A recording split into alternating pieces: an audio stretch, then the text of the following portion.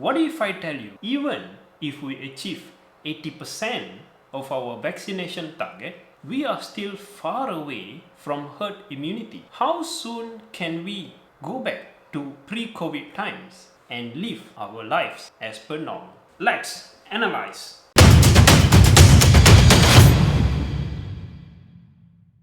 We are now racing our way to achieve 80% of vaccination target by the end of October 2021. We may start late, but with the average of 500,000 doses per day, the target is more likely to be achieved, at least by the end of this year. But will it be enough to achieve herd immunity? How much longer do you think the pandemic will last? The other side of the coin seems to be unclear. This video will change your perspective. Here are 3 reasons why herd immunity seems to be impossible to achieve, at least for time being.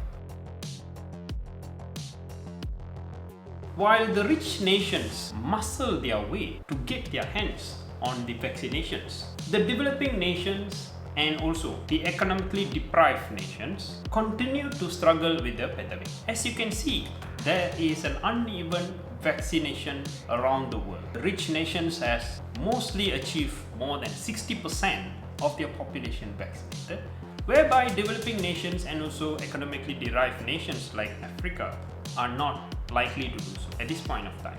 Well, due to the delay of the vaccinations, we can see that more new variants of COVID-19 popping up all around the world. These new variants might be more transmissible and resistant towards the vaccine. So basically, the vaccination drive is actually in the race with the new variants. The longer it takes to stop the transmission of the virus, the more time that the virus has to mutate and produce new variants. As long as the pandemic continues, the virus will continue to spread and duplicate itself.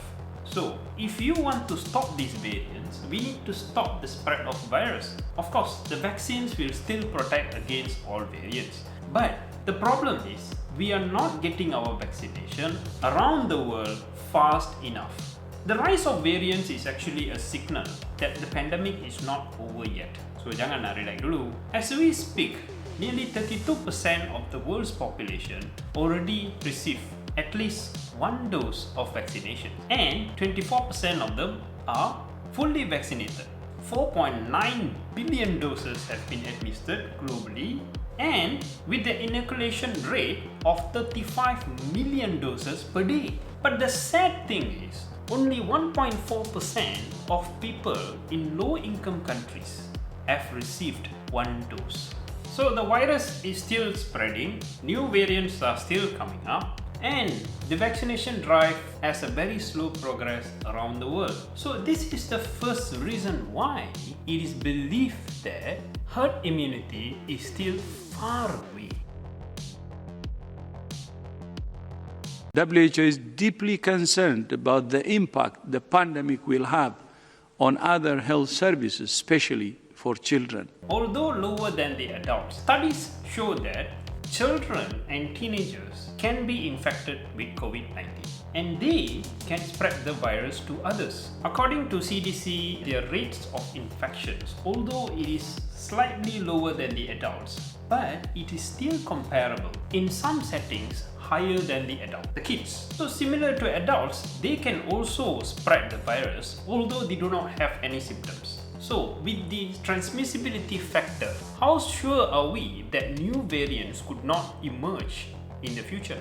An example can be taken from the recent outbreak in Ontario, Canada. Despite most adults in this population already being vaccinated, the latest study reported that 12.9% of them, of the total 540,000 cases which was confirmed, were reported to be children. Although children have a lower risk of suffering from COVID-19, but they can still transmit the virus. This is a more worrying factor. We found out that every time the school reopened or when the movement restrictions were lifted, the cases spiked.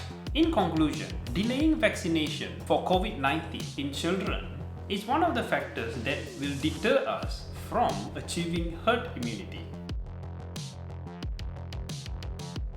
Orang ramai dinasihat untuk terus mematuhi prosedur operasi standard SOP Pelan Pemulihan Negara PPN yang dikeluarkan MKN bagi mengelak risiko penularan COVID-19 dalam komuniti. So we have seen recently how certain Western countries have seen the spike in COVID-19 cases after opening up their economy. So we need to learn from them and do not repeat the same mistake. The problem is that when people are vaccinated, they tend to increase their human-to-human interactions. And this brings the changes into the herd immunity equation, whereby human-to-human interaction has to be lessened.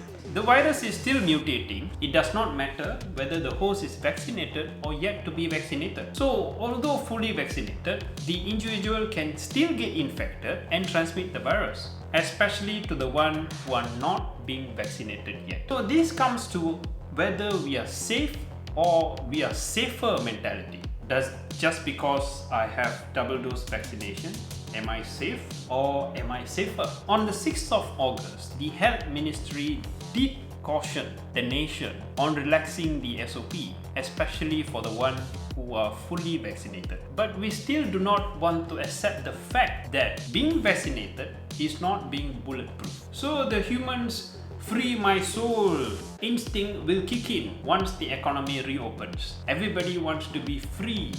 Merdeka! Merdeka!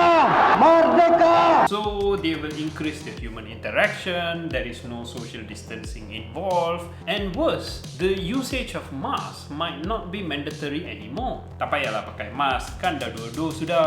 We fail to understand that ending the transmission of the virus is the only way out from the pandemic and not vaccination. But of course, vaccinations do help to reduce the risk of hospitalizations and death. So with these three factors, it's more likely that the pandemic will not diminish anytime soon. Experts are looking into a timeline of 2 to 3 years. If we are lucky enough, the virus mutates to a variant which is less fatal. That's it for me today. Please like and subscribe the channel, and I see you in the next video. I'm Harin from DuitKu TV. Bye bye.